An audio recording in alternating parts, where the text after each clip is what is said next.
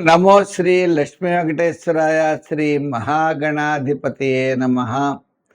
కరారవిందేన పదారవిందం ముఖారవిందే వినివేశయంతం వటస్య పత్రస్య పుటే శయానం బాలం ముకుందం మనసా స్మరామి. మనకి ఆగస్టు నెల కృష్ణాష్టమి, మరి రాబోయే శ్రావణ మాసం కదండి. చేత ఆ కృష్ణుడు మమ్మల్ని రక్షించుగాక. ఈ ఆగస్టు నెలలో మన రాశులకి ఏ విధమైనటువంటి ఫలితాలు చెప్పబడ్డాయి?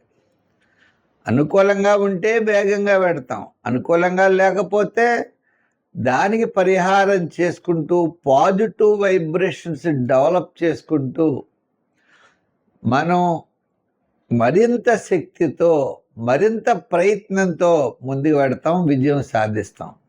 అంటే జ్యోతిష్యం ఎప్పుడు కూడా మనకి విజయం సాధించడానికి ఒక మార్గదర్శికగా ఉంటుంది. నువ్వు ఇలా వెడితే నీకు మంచి జరుగుతుంది, ఇలా వెళ్ళొద్దు అని నిషేధిస్తూ ఉంటుంది.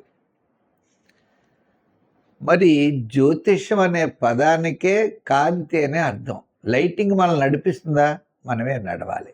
ఆ విధంగా మనకి ఆగస్టు నెలలో గ్రహాల యొక్క సంపుటి చాలా అనుకూలంగా ఉన్నది. తద్వారా మన రాశుల ఫలితాలు మనం తెలుసుకుంటూ దానికి సంబంధించినటువంటి సులభమైన పరిహారాలను ఆచరిస్తూ మనోధైర్యంతో, మానసికమైన ధైర్యంతో, ఆత్మస్థైర్యంతో ముందుకు నడుద్దాం. మన రాశి గురించి తప్పకుండా తెలుసుకుందాం. మీనరాశి. ఈ మీనరాశి వారికి ఆగస్టు నెలలో ఆగస్టు 15 నుండి ఆగస్టు నెలాఖరు వరకు ముఖ్యమైన వ్యవహారాలు లాభిస్తాయి. బంధుమిత్రుల యొక్క సహాయ సహకారాలు అనుకూలిస్తాయి. స్థిరాస్తి డెవలప్మెంట్స్ బాగుంటాయి.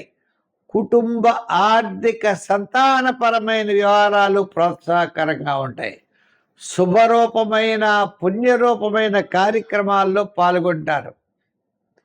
ఈ రాశి వారికి విద్యార్థులకి మంచి అవకాశాలు లభిస్తాయి. రాజకీయ నాయకులకు కూడా చాలా అనుకూలంగా ఉంటుంది.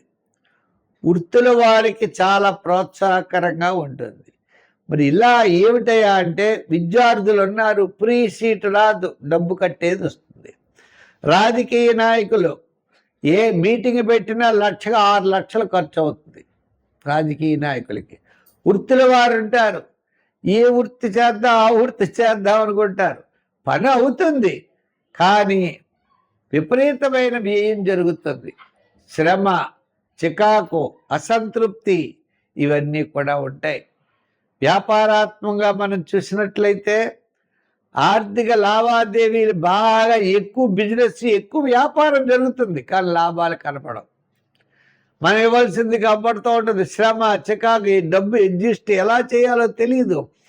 నూతనమైనటువంటి వ్యాపార ప్రయత్నాలు, పెట్టుబడులు మాత్రం చేయకూడదు. నిదానంగా ఉండడం మంచిది. శ్రమకు తగినటువంటి ఫలితాలు రావడం చాలా కష్టపడాలి. అంటే ఈజీ మనీ అయితే రాదు, శ్రమతో కూడిన మనీ మాత్రమే వస్తుంది. అది ఈ రాశి వారికి.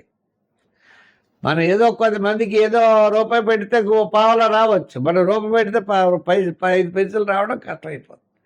ఇటువంటి పరిస్థితులు ఉంటే చాలా జాగ్రత్తలు తీసుకోవాల్సినటువంటి అవసరం ఈ రాశి వారికి ఉన్నది.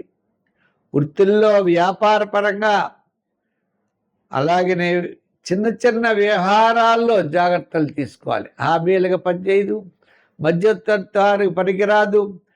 ఎవరికో మనం హెల్ప్ చేద్దాం అనుకుంటే మనమే ఇబ్బందులు పడతాం. ఇటువంటి విషయాలన్నీ జాగ్రత్తలు చూసుకోవాలి.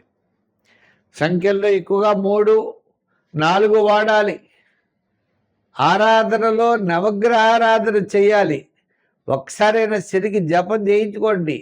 శనికి 9 వారాలను పెట్టుకుని తైలాభిషేకం చేయించండి. ఇలా శని భగవానుడి సంబంధమైన ఆరాధన ఎక్కువ చేయండి, రిస్క్ చేయకండి. ఆయనతో పాటు సమాంతరంగా ఆంజనేయ స్వామిని కూడా ఆరాధించండి. విశేషమైన ఫలితాలు ఉంటాయి. అంచేత శని భగవానుడు మంచి చేస్తాడు శ్రమ పెడుతూ. అంటే క్లారిటీని ఎప్పుడు కూడా మనలో ఉన్నటువంటి నిజాయితీని బయటికి తీస్తాడు. అంతే తప్ప ఆయన వల్ల ఇబ్బంది అయితే మాత్రం జరగదు. శ్రమ అయితే ఉంటుంది. మనకు అలవాటు లేదు కదా ఇదివరకు శ్రమ పడ్డం. శ్రమతో విజయం సాధిస్తామనేటువంటి విషయాన్ని గుర్తించవలసిందిగా కోరుకుంటూ, సర్వే జన సుఖినో భవంతు. స్వస్తి.